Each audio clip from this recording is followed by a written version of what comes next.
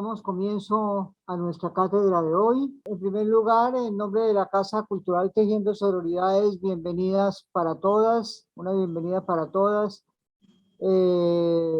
Por acompañarnos, agradecemos estar en estas reflexiones que hacemos cada tercer sábado con diferentes teólogas de América Latina. Hoy tenemos entre nosotras a Ivonne Guevara, ya es conocida entre nosotras, conocida de la Casa Cultural, amiga de la Casa Cultural. Ivonne hizo parte de la cátedra ya en el semestre anterior, nos la abrió también. Así que mucha presentación no requiere, simplemente le doy a Ivonne la bienvenida y el agradecimiento por acompañarnos. Ivonne es una de las primeras teólogas feministas del continente, pionera en estas lides, tiene muchísimas publicaciones, es doctora en teología y doctora en filosofía, y hoy vamos a centrarnos un poquito y vamos a hablar de su libro recientemente publicado en Verbo Divino España, que se llama Ensayo de Antropología Filosófica, el arte de mezclar conceptos y plantar desconceptos. Ivonne, como siempre, nos sorprende con sus planteamientos y nos abre muchos caminos. Entonces, bienvenida Ivonne, mil gracias y tiene la palabra. Vamos, como te decía antes, un rato tú nos expones, unos 40-45 minutos, y luego hacemos un intercambio, un diálogo a partir de las inquietudes que tengan las participantes. Bienvenida. Gracias. Buenos días para ustedes, para mí ya es buenas tardes. Es siempre una alegría estar con las amigas de la Casa Cultural Tejiendo Sororidades, con tantas personas que he caminado y que tengo una alegría inmensa de compartir mi camino. Gracias, Carmiña, por tu invitación, y me han pedido para hablar sobre el libro Ensayo de Antropología Filosófica. Para las que me conocen, yo tengo siempre dificultad de volver a lo que he escrito, aunque lo que he escrito esté en el Nuevo Paso.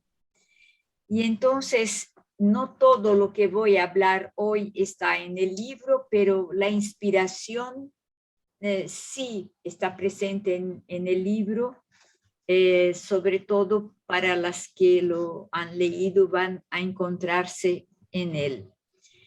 Entonces, el subtítulo del libro es El arte de mezclar conceptos y plantar desconceptos. Hoy voy a hablar un poco del arte de desconstruir, de mezclar y de mezclar conceptos y plantar desconceptos. Voy a explicarme. Entonces, esta mañana les invito a pensar un poco cómo se han construido a lo largo de la historia, a lo largo de nuestra historia cristiana, los conceptos teológicos cristianos. O sea que no siempre se pensó Dios o Jesús o la creación o la resurrección de la manera como nosotros hemos aprendido. O sea que lo que hemos aprendido se fue estructurando, se fue formando, se fue sosteniéndose como un concepto conectado con la fe cristiana.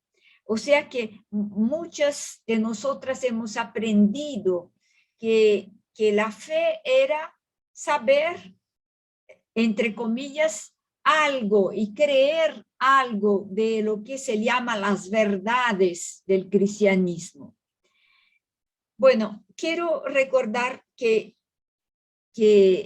la construcción de conceptos y el estudio de conceptos no solo se hace en teología, pero se hace en política, en economía, en psicoanálisis y en todas las ciencias. O sea que hay siempre un punto y el otro punto, el paso siguiente, es decir, no, este concepto como está no nos sirve. La realidad de nuestros pasos ahora es otra. Entonces, el avance de los conceptos es hecha por nosotras. Somos nosotras que decimos, no, esta interpretación ya no nos sirve, estamos en otro momento. Y podemos estar en momentos distintos, sí, por supuesto. Cada grupo, cada persona puede estar en momentos distintos. Entonces, los conceptos son realidades históricas, aunque muchas veces pensamos que no. Pensamos que hay que decir siempre Dios Padre Todopoderoso. Hay que decir siempre Jesús, el Hijo único de Dios. Y pienso que el siglo XXI y de una manera muy particular el trabajo de las mujeres filósofas, teólogas, sociólogas, ha sido, no solamente nosotras, por supuesto, muchos varones han hecho el mismo camino, de preguntarnos si estos conceptos todavía hablan al sentido de nuestra vida hoy. O sea que pueden hablar a una teoría, pero lo importante en teología es que estos conceptos pueden hablar a mi corazón, pueden darme fuerza, pueden darme un cierto significado, pueden dialogar conmigo, pueden partir de mi vida.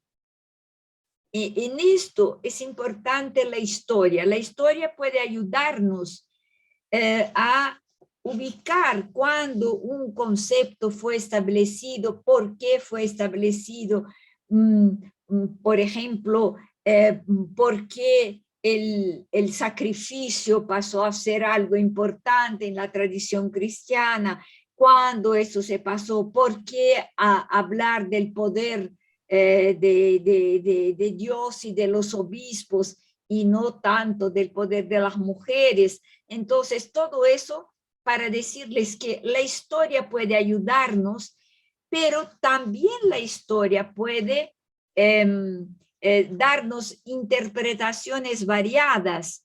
Entonces, depende de las fuentes de donde vamos a buscar las interpretaciones de los conceptos que tenemos.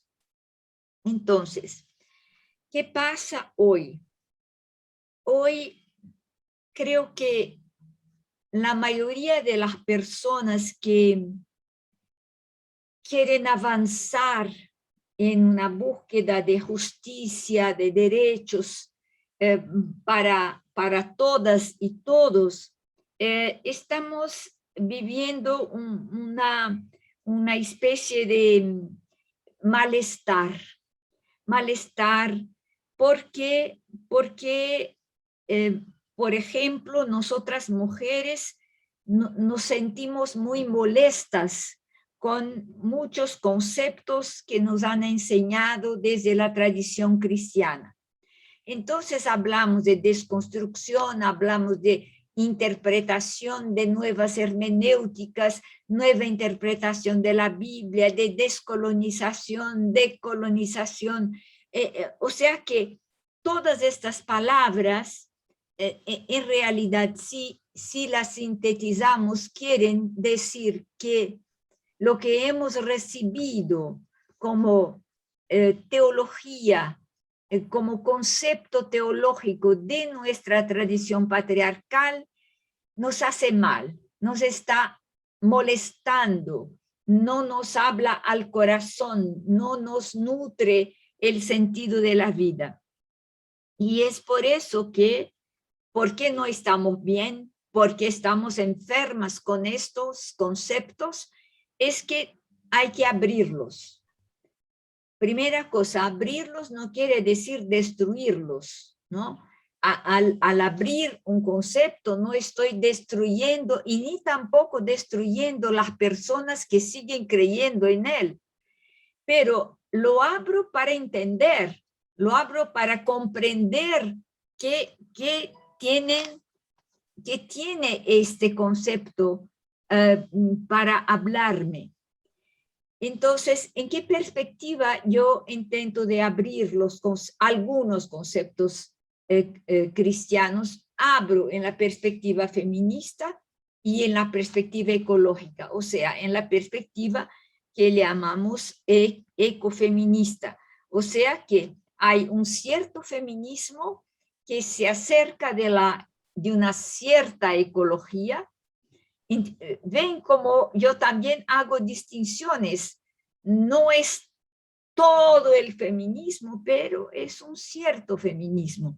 Hay feminismos, por ejemplo, que niegan totalmente el aporte de la religión. No es mi feminismo esto, no es la elección que yo he hecho. Yo he hecho un feminismo que entra adentro de los conceptos de las religiones, porque las religiones son importantes, son valores culturales y yo no quiero destruirlas, al contrario, quiero reubicarme en su función social. Entonces, abrirlos, como yo decía, no es destruirlos, es reubicar su sentido en una nueva interpretación que puede servir a nuestra vida, que puede darnos salud, que puede sacarnos de un cierto malestar, que puede sacarnos de un incómodo con ellos. Y esto que creo que la perspectiva ecofeminista en teología intenta de hacer, intenta de orientarse. Al hablar de la perspectiva ecofeminista, estoy también diciendo que ella es una perspectiva limitada. No abarca toda, ninguna perspectiva abarca toda la realidad. Cuando nosotras, por ejemplo, dos personas están hablando, es más fácil entender cuál es el punto de vista de la otra. Pero hoy, por ejemplo, estamos hablando, hay 50 personas hablando, es más difícil saber cuál es el punto de vista, pero hay muchos puntos de vista, pero ninguno abarca toda la verdad, ninguno abarca toda la realidad. Bueno, permítame solo recordar algunas cosas que adentro del cristianismo son afirmaciones que yo me permito llamarlas como conceptos. ¿Y qué es un concepto? Un concepto es una formulación limitada y declarada por algunos, y su sentido es declarado por algunos. Por ejemplo, en el cristianismo, y ustedes van a decir, adentro de la Iglesia Católica, también, claro, por supuesto. Entonces, nociones como Dios Padre, Creador y Todopoderoso. 1. Jesús, Hijo único de Dios. María, Madre de Dios. La cruz como salvación. Pecado y culpa. Muerte y resurrección. ¿Qué quiero decir con esto? Quiero decir que a estos conceptos, la institución patriarcal, masculina, por supuesto, le ha puesto límites. Hay que entenderlos adentro de estos límites, dentro de más o menos un cuadradito. Y este cuadradito ahora nos molesta, porque nos damos cuenta que estamos en otro mundo y empezamos a intentar salir del cuadradito. Y bueno, lo que estoy haciendo es intentar de ayudar a salir del cuadradito, al mismo tiempo que yo también intento salirme, porque yo solo entiendo este cuadradito porque he sido educada en él. No piensen que yo estoy afuera del cuadradito, estoy adentro. Y porque estoy adentro puedo hablar de él. Y porque estoy adentro que puedo decir esto me molesta. Y porque estoy adentro que quiero decir quizás podría decirlo de otra manera. Por ejemplo, la primera cosa que llama la atención en estos conceptos que he enumerado y que decimos que son parte integrante de nuestra fe, la primera cosa es que nuestra fe parece tener una referencia primera de género, que es masculina. Padre, creador, Hijo único, Jesús, Madre de Dios, la cruz de Jesús, pecado contra Dios, la resurrección, vida en Dios. O sea que entienden que lo que llama la atención de una feminista es que estas teorías conceptuales tienen como referencia primera la vida masculina como referente de nuestra fe. Que fe aquí quiere decir el sentido de nuestra vida. Fe quiere decir la apuesta de nuestra vida que tiene referencias, y entonces la apuesta de mi vida tiene primero desde el cristianismo, una referencia de género masculino. Incluso María, ¿eh? Porque es afirmada como madre de Dios, madre de Jesús, madre de Dios, virgen, todo eso después podríamos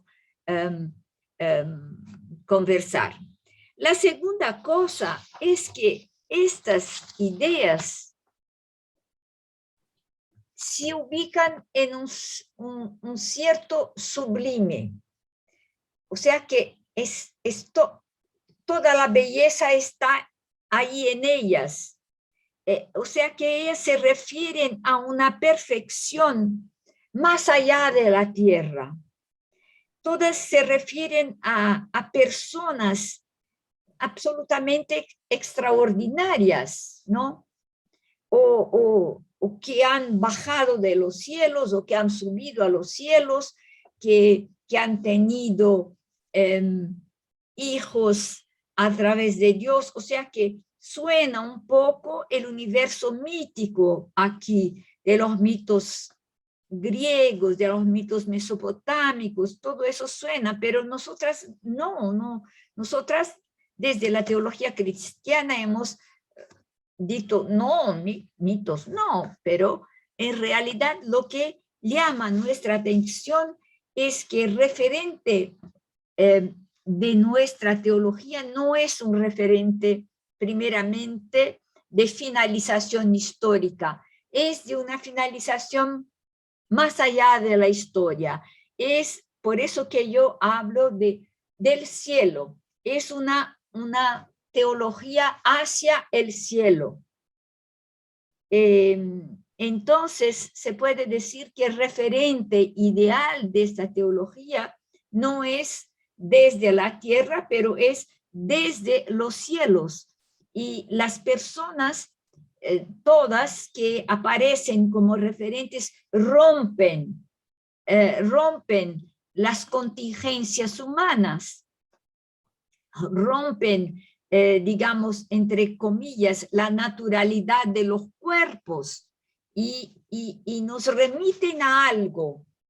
Entonces, esto es es importante que casi, salvo excepciones, pero casi toda la teología, desde la patrística hasta después del Concilio Vaticano, la teología es hacia el cielo. Entonces hay que luchar, hay que sacrificarse para llegar desde la tierra al umbral de lo que Dios Padre Todopoderoso y amoroso, que el Hijo pide de nosotros, y solo gozar después de la muerte. Después de la muerte, entonces gozamos el convivio con la perfección.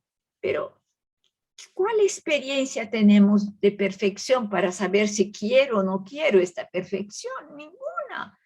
En mi experiencia, disculpe, alguien, no sé, no hay audio. ¿Están me escuchando? Sí, te estamos escuchando, es solamente la persona. ¿Sí? Discúlpeme. Sí.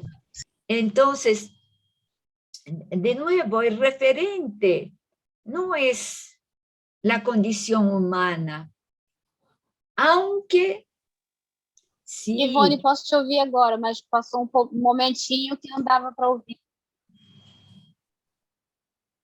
Entonces, el referente es, como yo decía, algo de sublime, algo de los cielos. Aunque sabemos que Jesús compartió el pan, compartió los peces, o sea que después hacemos una lectura ética, pero siempre es para el más allá. Entonces, esta perspectiva me abre para un tipo de epistemología, me abre para un tipo de ética, me abre para un tipo de fe en que lo más allá es el referente máximo.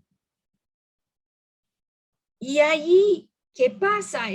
Que la tierra, los seres vivientes, los animales, las aguas, los ríos, las florestas, con toda la naturaleza, sus misterios, sus bellezas, también sus mezclas, sus límites, también sus formas de violencia, porque sobrevivir es vivir con violencia. Miramos los animales que se entrecomen, ¡ay, qué horror! Como si no fuéramos animales y hacemos lo mismo, pero quizás de una manera un poco diferente, a veces más violenta, ¿no? O sea que hacia el cielo no nos da la dimensión muchas veces de la tierra. Por ejemplo, no hablamos de la resurrección de la naturaleza en la teología clásica. Sabemos lo cuánto las teologías, algunas teologías, han afirmado y cuánto hemos cantado, somos ciudadanos del cielo, queremos el cielo, nuestra patria es el cielo. Y nos olvidamos que el soplo del misterio mayor lo hemos probado en la tierra. Y esto desde el libro del Génesis, ¿no? Adán y Eva son de la tierra con el soplo divino. Y no, creamos un otro concepto. Y entonces, la pregunta que hago es cómo se constituyó la idea de que la voluntad de Dios se realiza en los cielos. ¿Por qué hemos hablado de los cielos? ¿Por qué hemos separado los cielos de la tierra?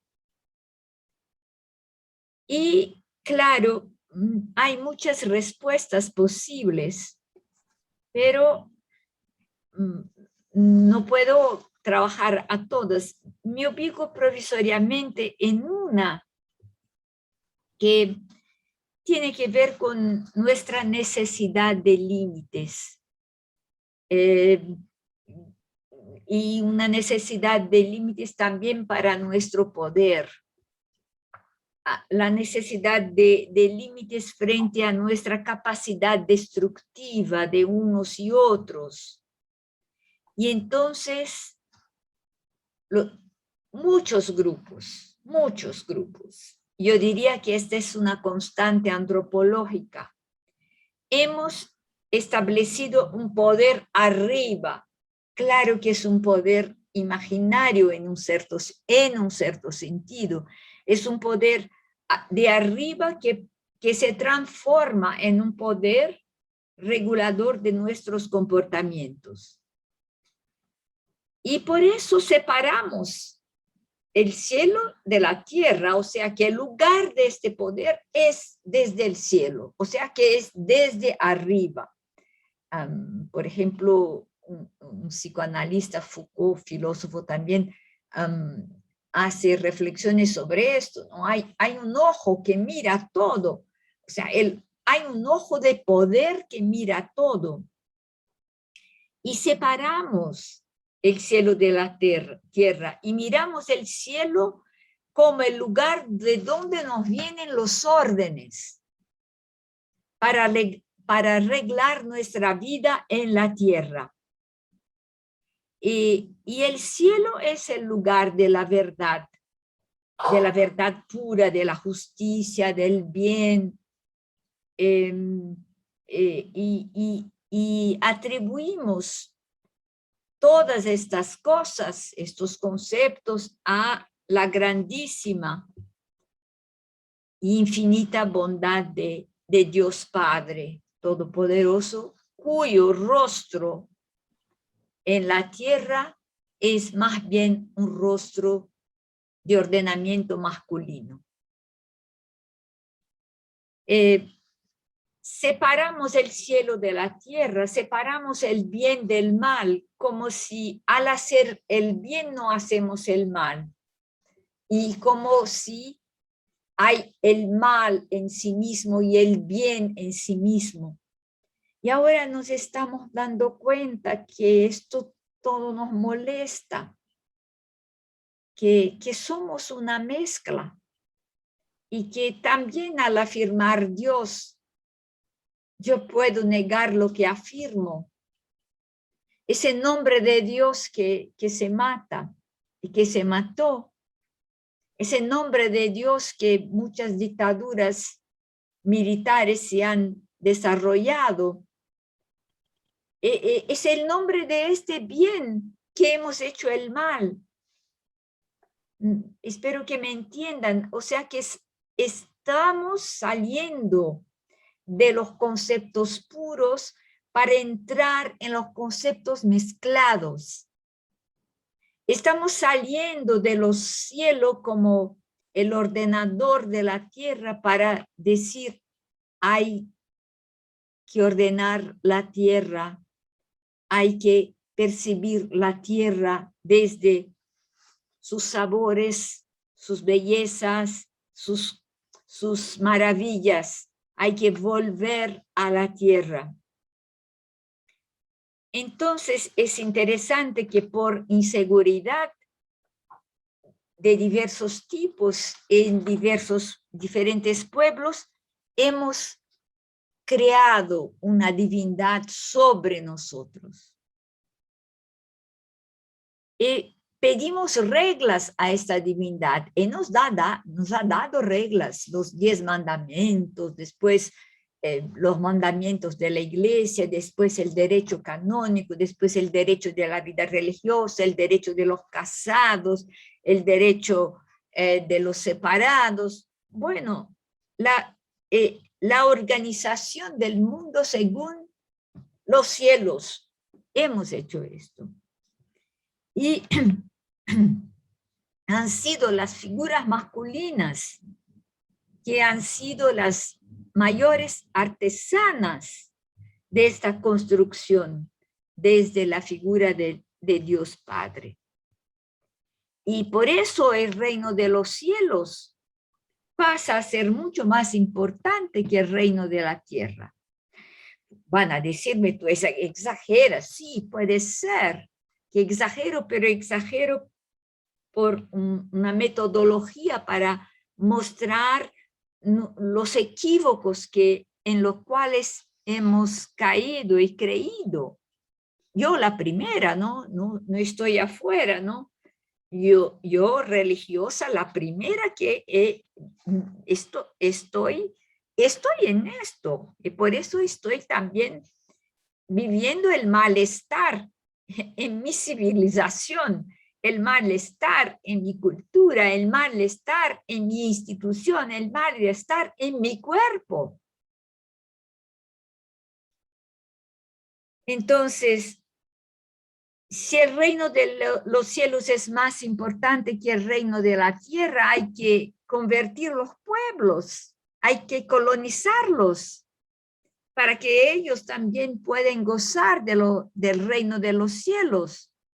Hay que dominar los cuerpos, porque Dios es puro espíritu y todo lo que es muy cuerpo, como la sexualidad, como los placeres, como un buen vino, hay que limitarlos.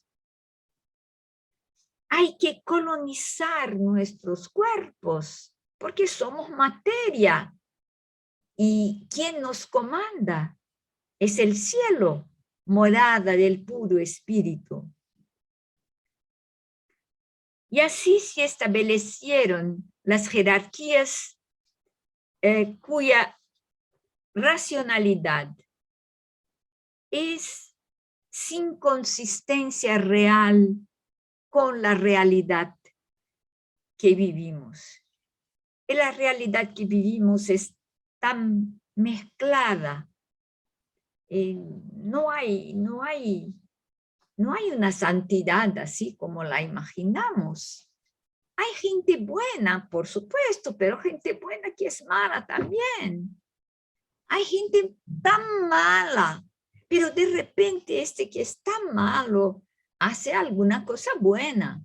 Y esto es un dibujo difícil de aceptar en una perspectiva epistemológica dualista. La tierra nos desafía por su diversidad, por sus aguas limpias, aguas sucias, por los mares, las florestas, los incendios, los volcanes, las muertes. Y nosotras todavía nos sentimos atraídas por las ideas perfectas de los cielos. Y nos olvidamos del cuidado necesario a esta tierra mezclada, que es nuestro cuerpo mezclado, y que no hay que huir de ella, hay que volver a ella para darse cuenta de que hay caminos posibles en ella, caminos de amor, de convivencia. Entonces, esta es una epistemología de fundamento celeste. Y la otra que ya empecé a dibujar es una epistemología de fundamento terrestre, cambiante, mezclada, que no necesariamente me presenta una verdad, pero me presenta una verdad mezclada de mentiras, mezclada de intereses. Y si yo pudiera enfrentarme a esta realidad mezclada y no buscar la realidad pura, ¿qué podríamos hacer?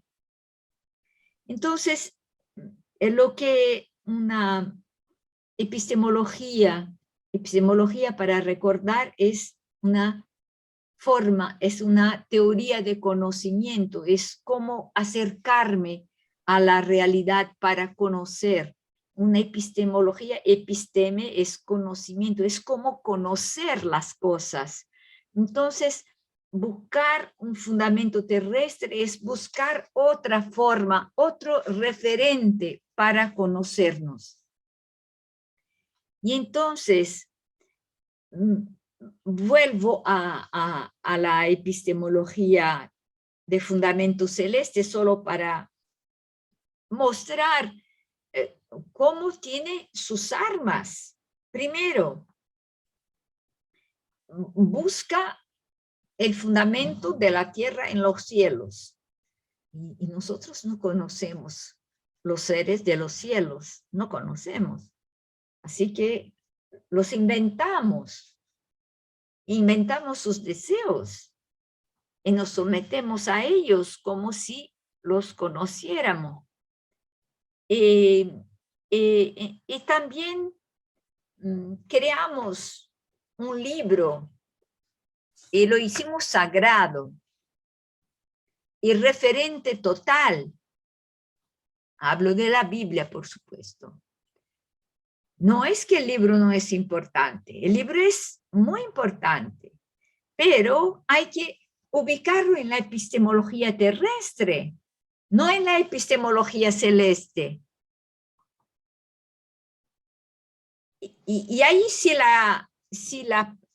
pongo en la epistemología terrestre, incluso puedo entender las críticas que son hechas al libro, o mejor, las críticas que son hechas a la interpretación del libro.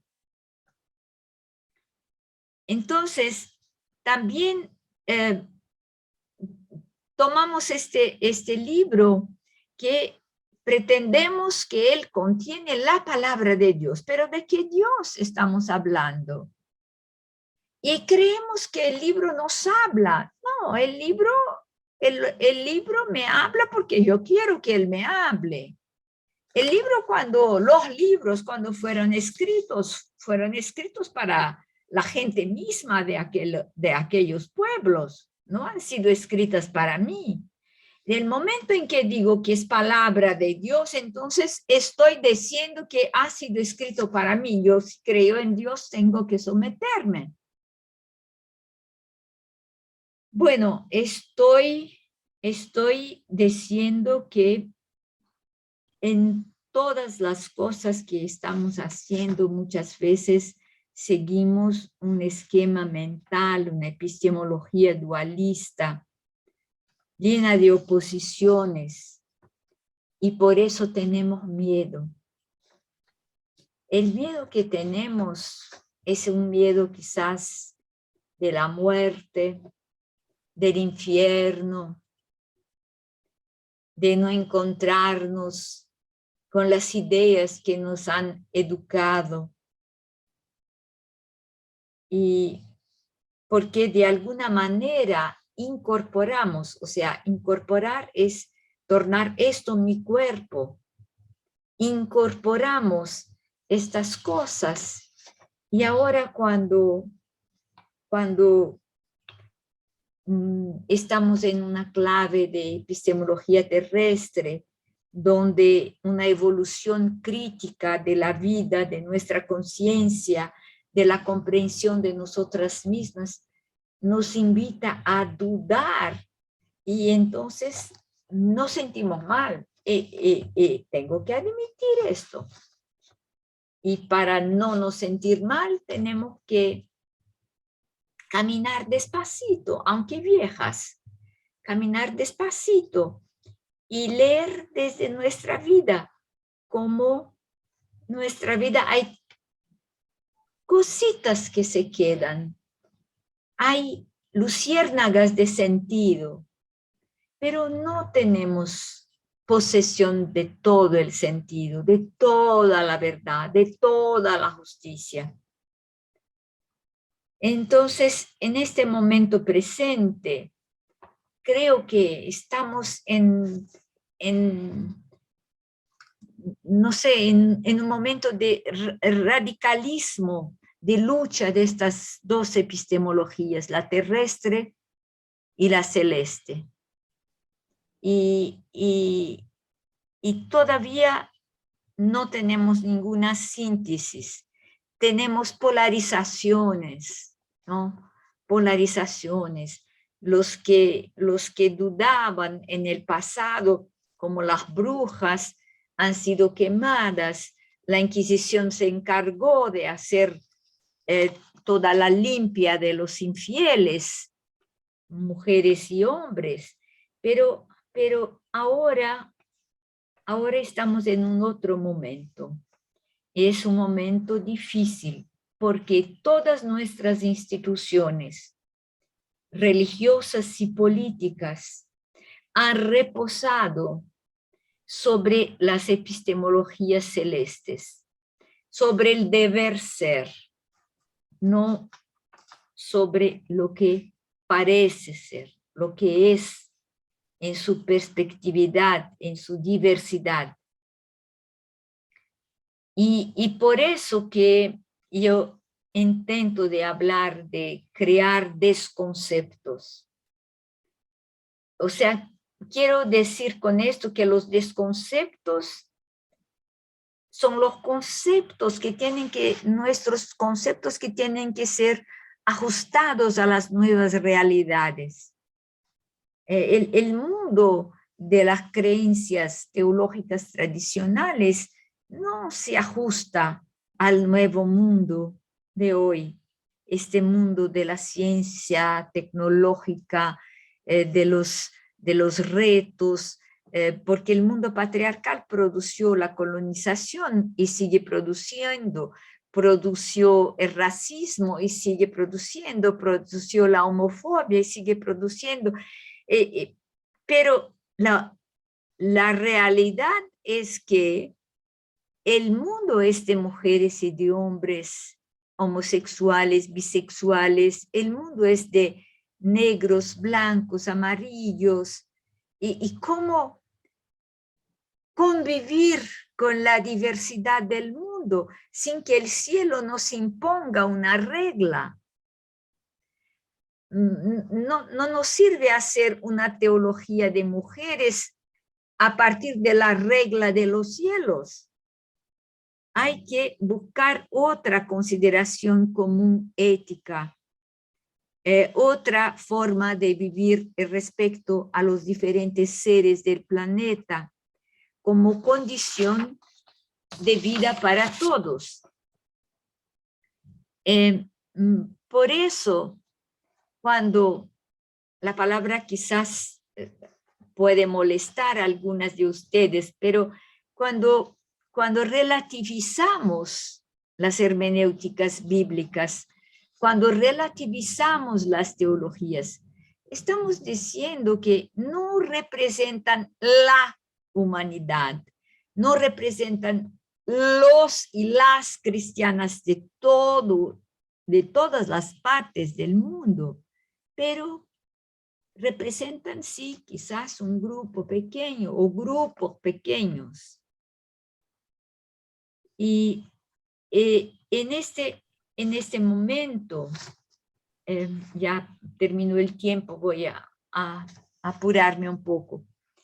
En este momento creo que lo importante es que no tomemos más el texto como la palabra de Dios, pero como un texto,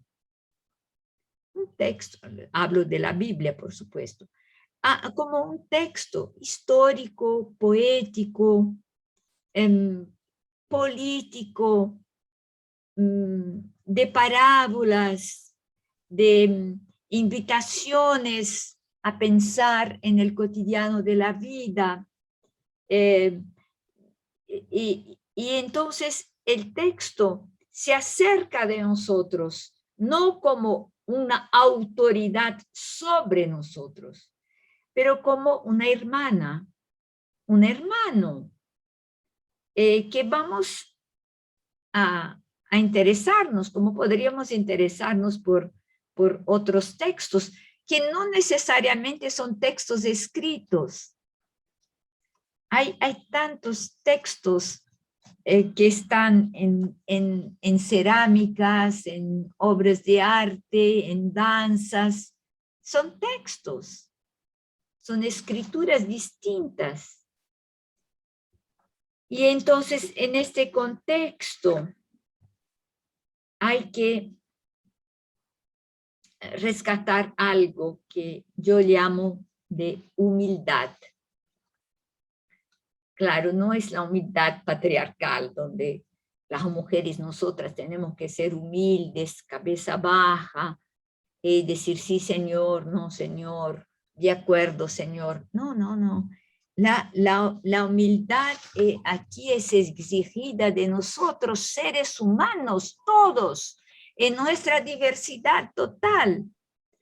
La humildad aquí es una forma sencillísima de reconocer nuestra pretensión, de saber más que los otros, nuestra pretensión de ser dueños de la verdad de Dios,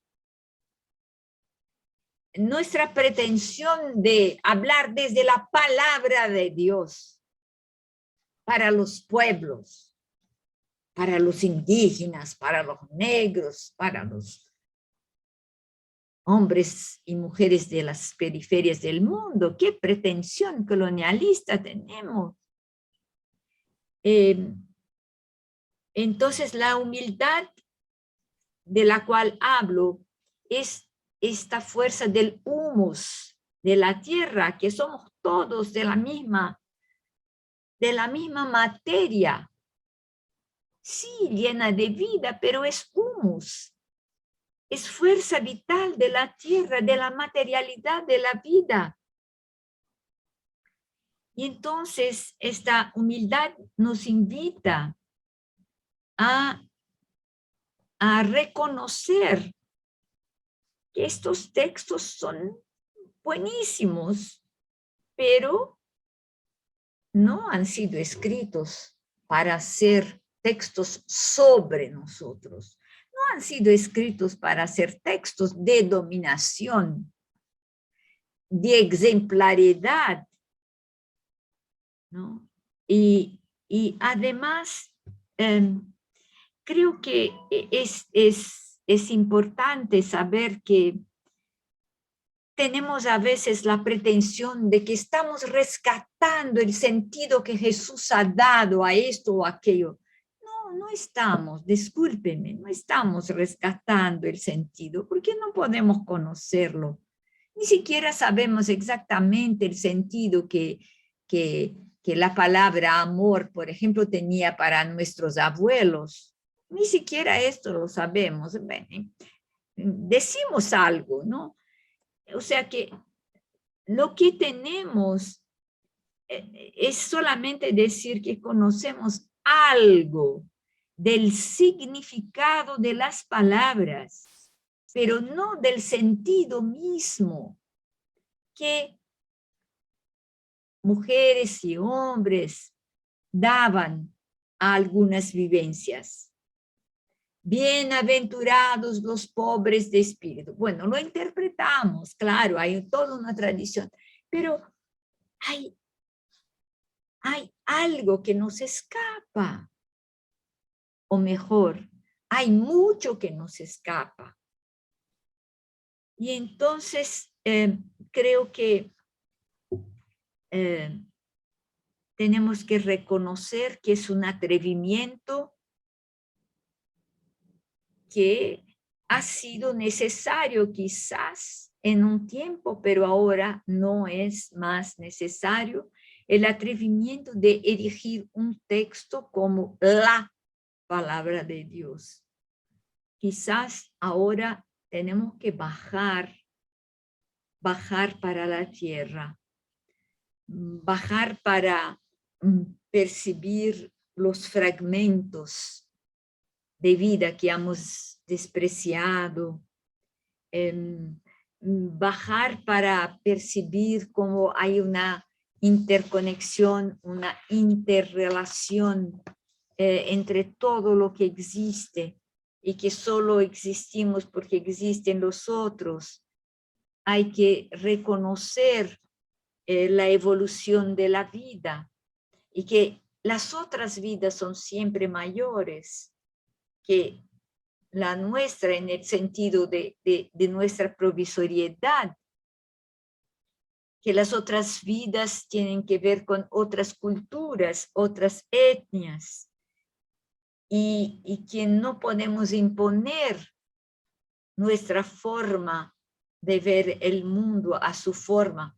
Todo eso está empezando, y es lindísimo capturar este comienzo de conciencia mundial, este comienzo de decir, salgamos de nuestros conceptos, salgamos de nuestras iglesias, de nuestras teologías cerradas, salgamos de nuestras políticas interesadas, salgamos de la blanquitud, salgamos para ver otros colores de piel, escuchar otras voces que no son las nuestras, percibir las sinfonías tan distintas que están en los animales, en las florestas. Me acuerdo de un indígena brasileño que decía que hay un río cerca de su aldea, la gente le llama el río de Tío. Nuestro tío hoy amaneció con furia, o nuestro tío está tan calmo, o sea que acercarnos del mundo con mucho más de subjetividad, con mucho más de calor que de separación, de separación jerárquica, ¿no? Y con esto ustedes quizás van a decirme, Ivonne, estás negando Dios, estás negando. Sí, no estoy negando Dios. Estoy negando una cáscara. Estoy negando un concepto en el cual aprisionamos todo lo que existe. Theos quiere decir todo lo que existe. No es el Padre Todopoderoso, es todo lo que existe. Entonces estoy diciendo que esta cáscara conceptual es insuficiente y y me doy cuenta cuánto es difícil. Soy la primera a constatar con las monjas de mi congregación que tenemos que decir la voluntad de Dios, y así que no sabemos muy bien, ¿no?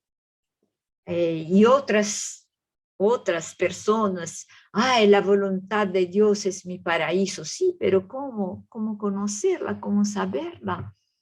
Y entonces entrar de nuevo en la humildad, entrar de nuevo no en la negación del misterio mayor, pero sí en un concepto que yo diría enconcertó, como lo puso a este misterio infinito en un corsé, como lo que las mujeres usaban antes, ¿no? Para mostrar su cuerpo esbelto. Encorsetamos a Dios, ¿no? Es esto que no se puede hacer esto. No se puede porque estamos percibiendo que todo es mucho más, mucho más. Y entonces lo que estamos negando es una cáscara en la cual aprisionamos todo lo que existe, en un poder que pensamos que es el mejor poder. Y creo que el camino de la humildad se muestra en algo difícil, que yo llamo vivir sin certezas. ¿Por qué queremos tener certezas? No sé si las viejas de mi generación pueden decir lo mismo, pero que al envejecer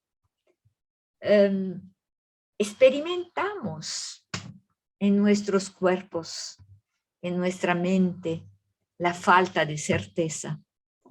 Y hasta decimos, qué bueno no tener certezas. El mundo sigue